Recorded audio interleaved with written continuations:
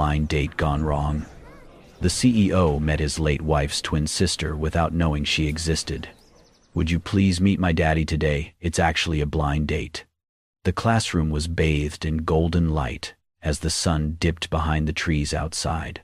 Lily Grace, the new teacher who had joined the preschool just 2 months ago, was quietly tidying up the room. Her blonde hair, softly curled, shimmered in the late afternoon sunlight as she closed the final window. She hummed softly, lost in her thoughts. A tug on her sleeve startled her. "Miss Lily," a small voice chimed.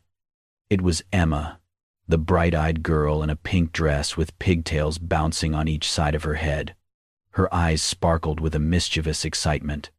"I need you to do something really important for me." Lily crouched down to meet her gaze, smiling gently. "What's going on, sweetheart?" Emma leaned closer, cupping her hands like she was about to share a world-changing secret. "I want you to meet my daddy today, kind of like a blind date." Lily blinked, caught off guard. "A blind date? With who, honey?" "With my daddy, of course." Emma giggled. "He's really nice, but super lonely. And I think he needs someone kind like you. I told the driver not to come today. I made Daddy promise to pick me up himself." Lily's jaw dropped slightly. "Emma, sweetie, you planned this all on your own?" Emma nodded earnestly, her hands now folded over her chest. "It's just like meeting a parent, not a real date. Just talk to him for 5 minutes, please. Don't tell him I set it up." Lily was momentarily stunned. She had never met Emma's father. Every pickup and message had gone through assistants or the driver. Still, Lily couldn't help but feel a soft spot for Emma. The little girl was unusually thoughtful for her age, always trying to bring people together. "All right," Lily sighed, smiling. "Just 5 minutes, and it'll be our little secret, okay?" Emma beamed, holding up a pinky. "Secret blind date." Front gate, late afternoon. Ethan Blake stepped out of his black SUV, rolling the cuffs of his crisp white shirt as he glanced down at his phone. A single unread message lit up the screen. "Please pick me up, Daddy. I have a surprise. Don't be late." He exhaled sharply, already anticipating another one of Emma's curious adventures. She had his heart, and he had promised. He would always show up when she needed him. As he walked toward the school, his expression was stern, businesslike. But it shifted the moment the classroom door opened, and Emma came running into his arms. "Daddy," she squealed. Come, I want you to meet someone." He followed her into the room with mild confusion. Then, his feet halted at the threshold. There, standing by the reading nook with a gentle smile, was a woman with soft blonde curls and warm, curious eyes. Ethan's breath caught in his throat. He stared. She looked exactly like Grace. The air thinned. The colors around him seemed to blur. Why do you have my wife's face?" he asked, his voice barely audible, almost broken. Lily's smile faltered. She stepped back slightly, confused. I'm sorry? I think you must be mistaken." Ethan blinked rapidly, trying to regain composure, to ground himself back to the moment. He wasn't seeing a ghost, and yet, he could not look away. Emma, oblivious to the tension, tugged on Lily's hand and then her father's. "I just wanted you two to talk. She's really nice, Daddy. She makes me laugh." There was a long pause. Ethan cleared his throat, quickly smoothing over the storm in his chest. "Thank you, Miss Lily. Is it? It's nice to finally meet you." Lily gave a small nod. "Likewise, Mr. Blake." There was nothing more to say, at least not yet.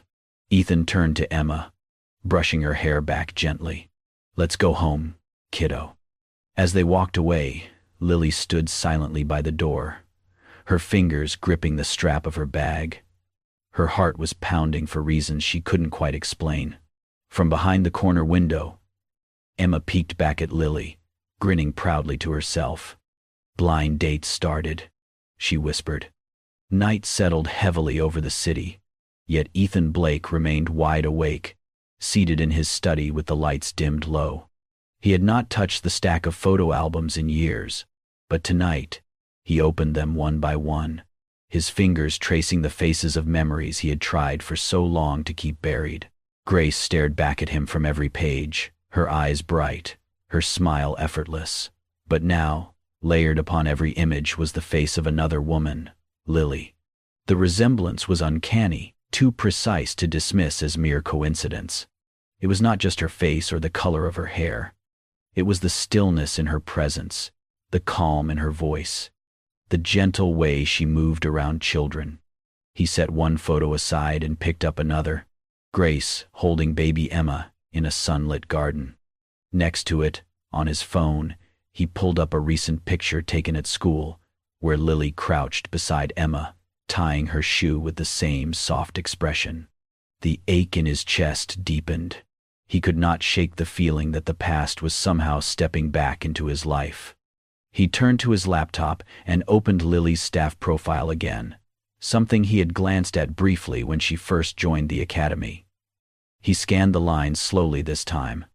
Place of origin, unknown. Raised at Hope House Orphanage. Parental status, not available. The name of the orphanage leapt out at him, Hope House. A chill ran through his spine. Grace had once spoken of a place with that same name, but she had never offered details. She had only ever hinted at faint memories, shadows, a shared laugh in the dark, dreams about a sister whose face she could never recall. Meanwhile, across town, Lily lay wide-eyed in her small bedroom. Mason had drifted to sleep beside her after asking too many questions she could not quite answer. The man from school, Emma's father, had stared at her with eyes full of something close to disbelief. It had left her unsettled. Once the apartment was still, she reached for the old tin box beneath her bed and pulled out the single photograph she kept hidden. It was creased and yellowing, taken decades ago in the yard of the orphanage. She was just a toddler then, standing beside another girl with the same blonde hair, the same slight build. But the other girl's face had been torn away. Only a jagged corner remained. The back of the photo bore a faded pencil inscription, G and L, 1991. She had asked once, years ago, if she might have had a sibling. One of the staff had shrugged and said it was possible. We get siblings sometimes. They don't always stay together.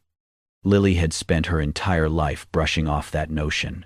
She told herself the dream of a twin was childish fantasy. But tonight, after the way Ethan had looked at her, like he was seeing someone long gone, those old questions clawed their way back. She held the photo under the light and studied her own face, then the outline of the girl beside her. Could it be that she had a sister and somehow crossed paths with her family, all these years later? Back in his study, Ethan leaned back, lost in thought. Grace's words echoed in his memory. One of those rare, fragile moments when she let him see beneath her composed exterior. Sometimes, she had whispered, I dream of a little girl who looks like me. I think she's my sister, but she's always too far away to reach. He never thought much of it then. Now, it felt like a thread had been pulled loose, and the entire fabric of his past was unraveling. He glanced back at Lily's file, his heart pounding. Hope House.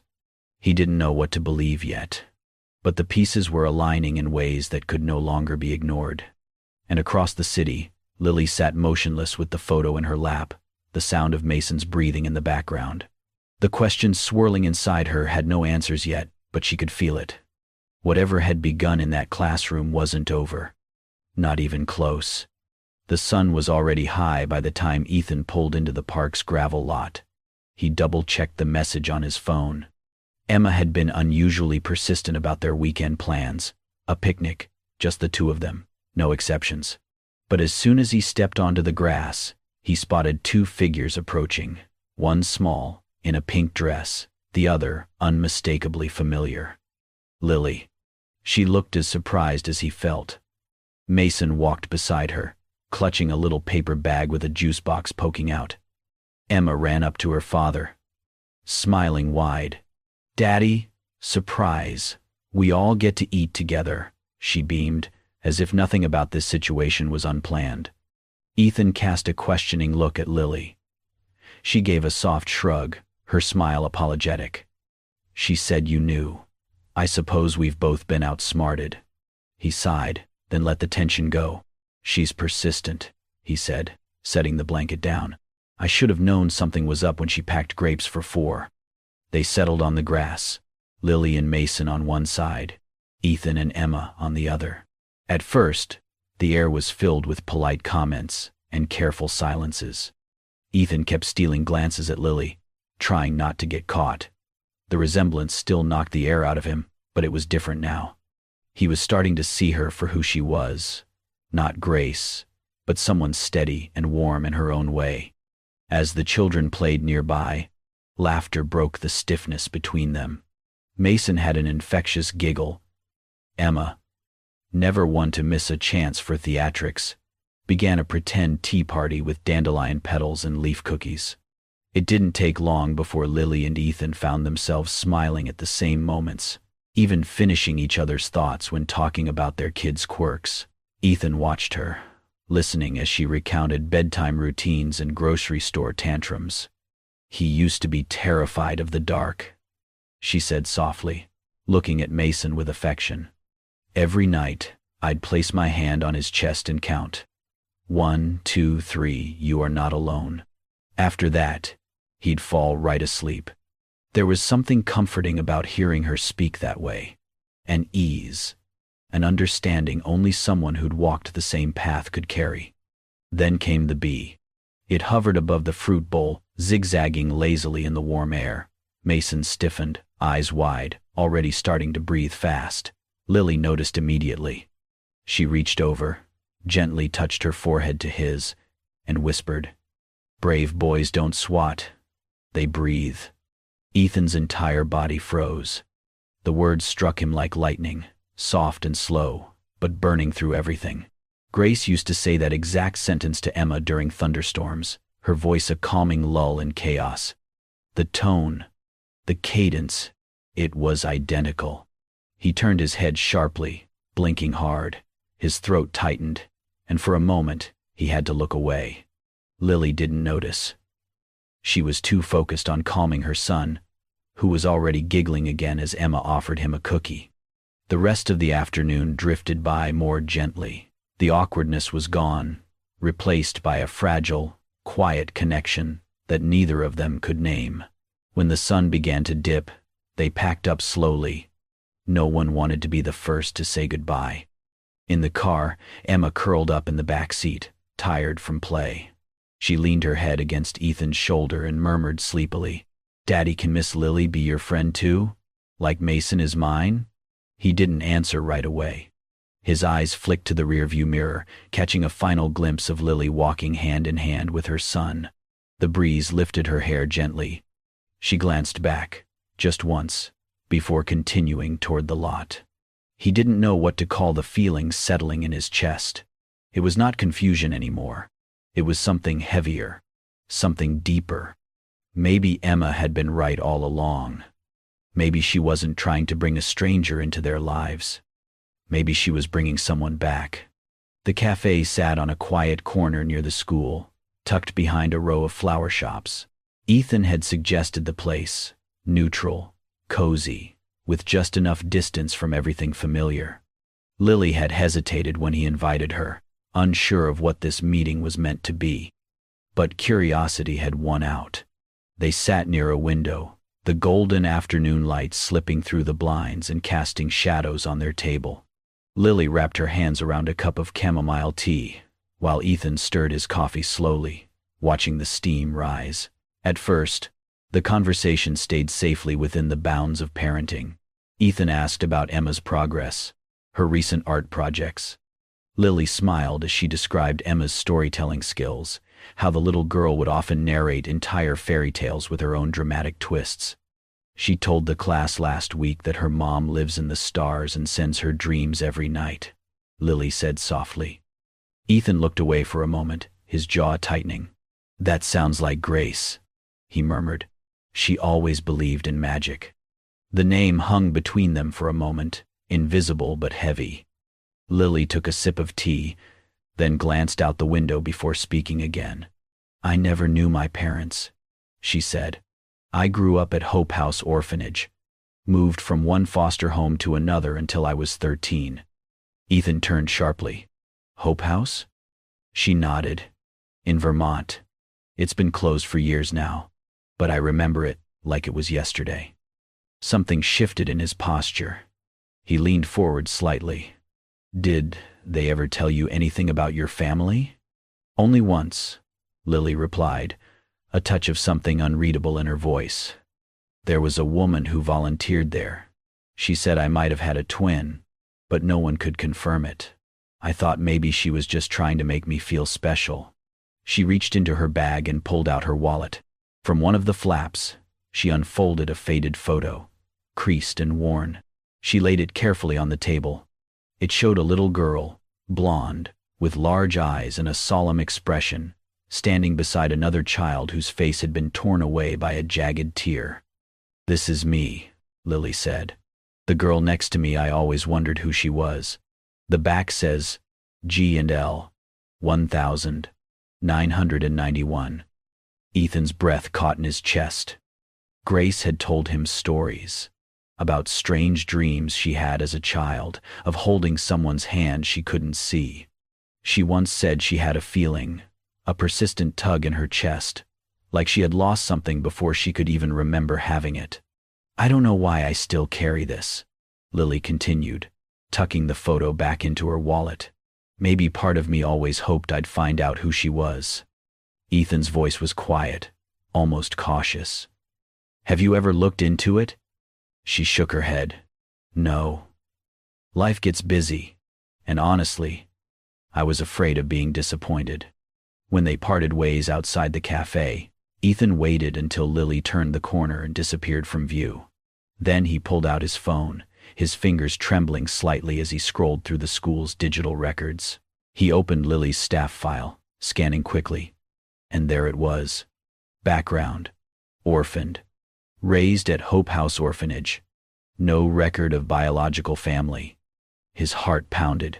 The photo, the initials, the timelines, they all fit, too closely. That night, back at home, he unlocked the chest at the foot of his bed, the one where he kept all the memories he wasn't ready to let go of. Grace's letters, her childhood journals, photographs. He dug through them with trembling hands, searching, hoping, fearing, and then he found it. A faded photo of a young Grace, standing beside a little girl. Not Grace's cousin, not a friend, someone she never identified. The other girl looked exactly like Lily. He sat back on his heels, breath stolen, staring at the two halves of a mystery that had waited decades to be solved. Something deep inside him shifted, not just because of the resemblance, but because now, Lily's presence wasn't just a strange coincidence. It might be a key to everything Grace had left behind. That night, Ethan sat alone in the soft glow of a desk lamp. Around him, scattered across the table, were fragments of a life he had carefully stored away. Old photo albums, birthday cards, hospital records. But his hands trembled as he held one photograph in particular, a faded picture of Grace as a child, her arm draped around another little girl. The second girl's face was hauntingly familiar. He pulled the wallet-sized photo Lily had shown him from his pocket. The tear in her picture aligned perfectly with the jagged edge of the one in his hand. When placed side by side, the two halves became whole again. Grace and Lily, identical in every detail. He leaned back, exhaling slowly. The initials on the back, G&L, 1991, weren't just a coincidence. Grace and Lily. They had to be twins. He opened his laptop and drafted a quick email to Martin Walsh, an old friend who had once worked in the state foster care archives. He attached the reconstructed photo and a request. Can you verify if either of these girls were in the Hope House system? Any records? Anything. But even as he waited, he couldn't sit still. His mind was a whirlpool, memories of Grace colliding with his growing affection for Lily. It wasn't just the resemblance anymore. It was her kindness, her quiet resilience, the way she listened without judgment, and the way Emma lit up around her. He walked down the hall and stood outside his daughter's room. Through the cracked door, he watched her sleep, curled around her stuffed bear, peaceful. What if Lily was her aunt, her only remaining blood relative? He pulled out his phone again and called the family physician. "I need a discreet DNA comparison," he said, "between Emma and her teacher, Lily Grace. Do it quietly. I'll send the samples." The doctor didn't question it. Back in her own apartment, Lily sat in the dim light of her living room, her arms wrapped around her knees. Mason had fallen asleep hours ago, but her mind wouldn't let her rest. Her fingers traced the edges of the torn photo again, now reunited with its missing half thanks to Ethan's careful attention. On the back, faint ink lines had begun to fade with time. She squinted under the light. G&L 1991. She remembered the way the volunteer at Hope House once smiled at her and said, "You look like you were born a twin," but she had brushed it off. Twins did not get separated, not in real life. Not unless something had gone wrong. Unless someone had made a choice to split them. Her stomach twisted. The rational part of her mind tried to calm the rising tide of dread, but something inside her, something deep and long buried, had already begun to awaken. It was not just about Ethan anymore. It was about who she was, and why, for the first time in her life, being near someone made her feel like she was standing on the edge of a memory she had never made. She placed the photo down on her nightstand and turned off the light, but sleep never came. Somewhere in the quiet of the night, Ethan sat in his study, the photos side by side under the lamp. He whispered into the silence, "If it's true, then everything changes." Rain traced delicate trails down the windowpane of Lily's apartment as she stacked Mason's bedtime books neatly on the shelf. The storm outside echoed the quiet chaos in her heart. Something had shifted in the days since her conversation with Ethan. He had grown more silent, more deliberate. She had sensed a weight behind his eyes, as though he was holding back something too big to speak aloud. A knock came at the door, measured, not urgent. She opened it to find Ethan standing there, hair damp from the rain, a sealed envelope in his hand. His eyes met hers. "May I come in?" She nodded, stepping aside. He said nothing at first, just walked slowly into the living room, where the muted light softened the tension clinging to his frame. He handed her the envelope. Her fingers trembled as she opened it, pulling out a sheet of paper lined with clinical data, numbers she could barely read. But the heading stopped, her breath cold. Genetic Relationship Report. Emma Blake and Lily Grace. Below it, the words stared back at her. Probability of full sibling relationship, 99.98%. Her knees gave way, and she sank onto the edge of the couch. Her mouth opened, but no sound came. Ethan lowered himself to one knee in front of her, voice barely above a whisper. "You're her twin, Lily. You and Grace, your sisters, identical." Lily stared at the report in her hands, eyes glassy. "She was real," she whispered. "She wasn't just a dream or a shadow in a broken photo. She existed. She was my sister." Tears welled in her eyes, spilling down her cheeks without resistance. But it wasn't grief, at least not the kind she had known. It was something older, more complicated. A grief for time lost, for memories never made. She pressed a hand over her mouth, struggling to breathe. "If I'm her sister, then what does that make me in your life?" Her voice cracked. "If I am part of her, am I just a ghost you're trying to hold on to?" Ethan shook his head. "You are not her shadow, Lily. You're not her replacement. You're the part of her that lived on through you, but you are also your own light."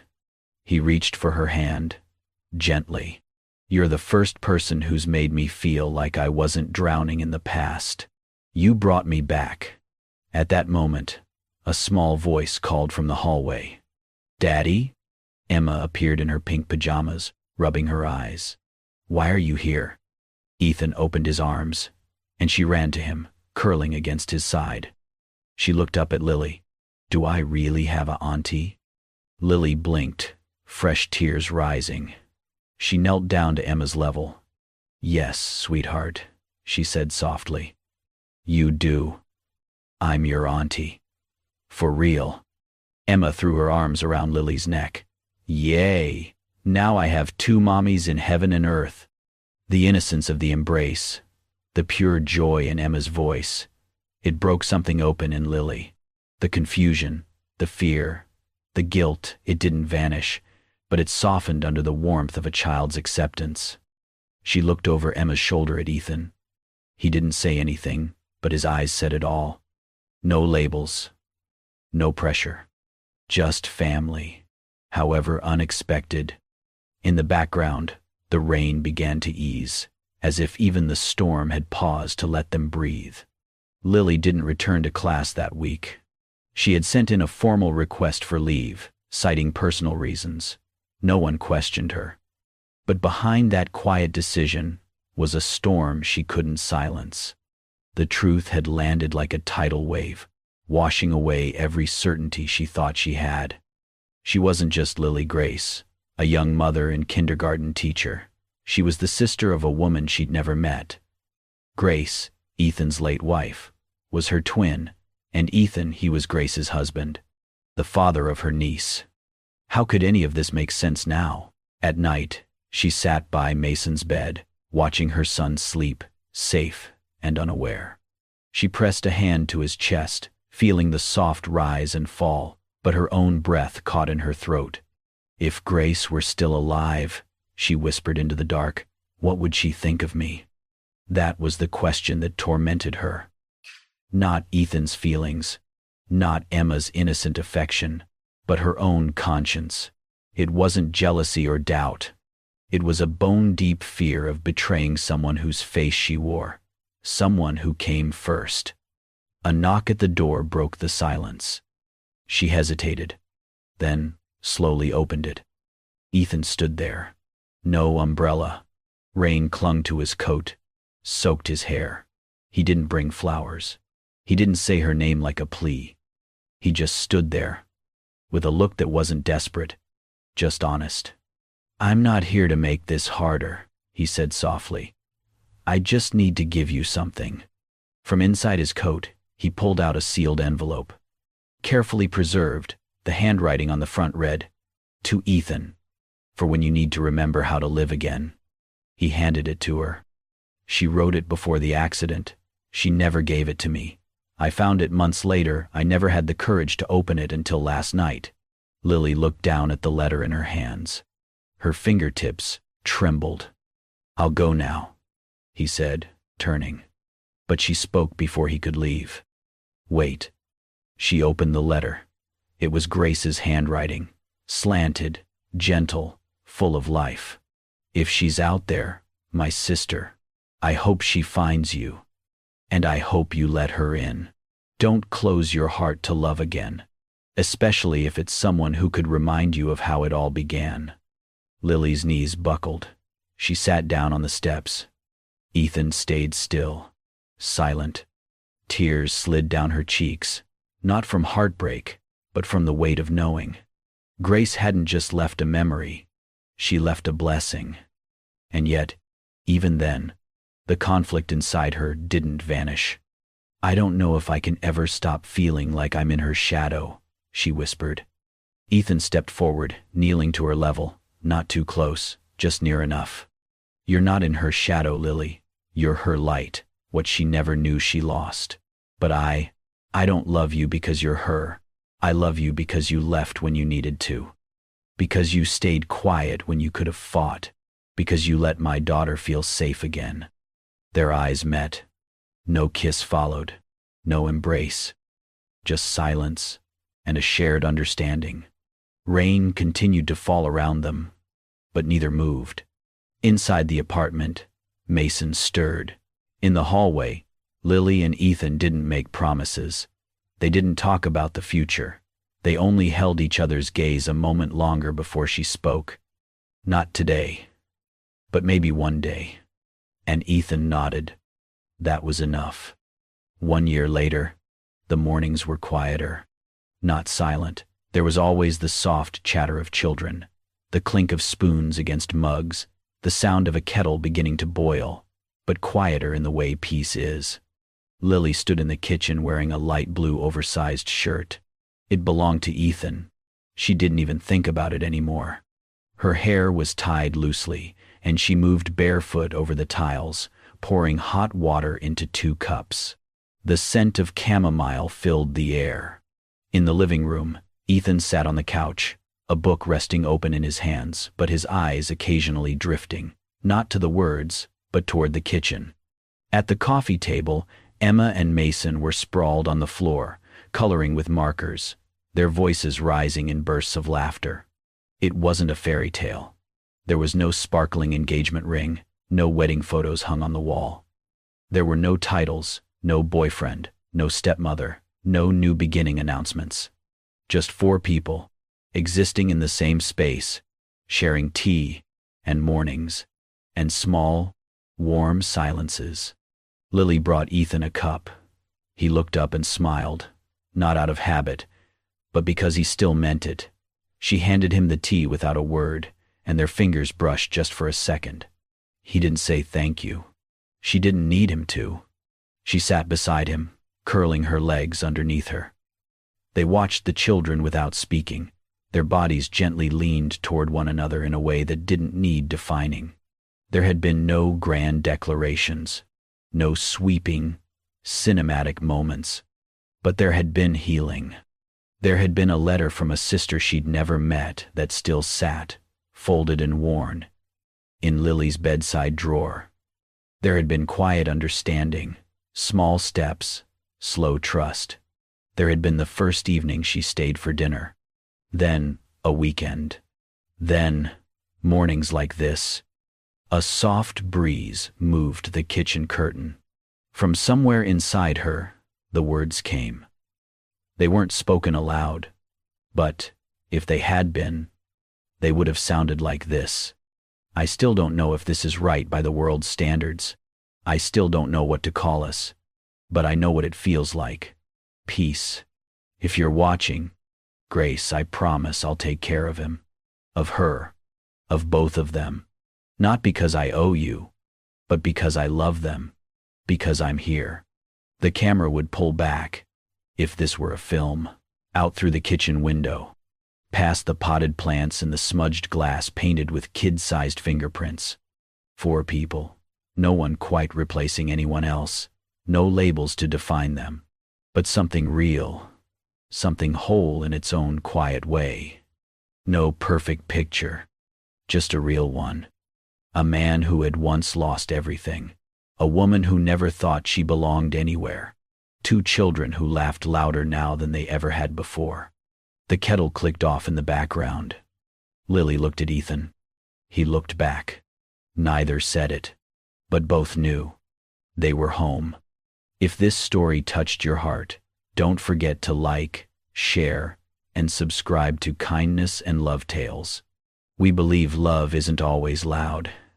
It's often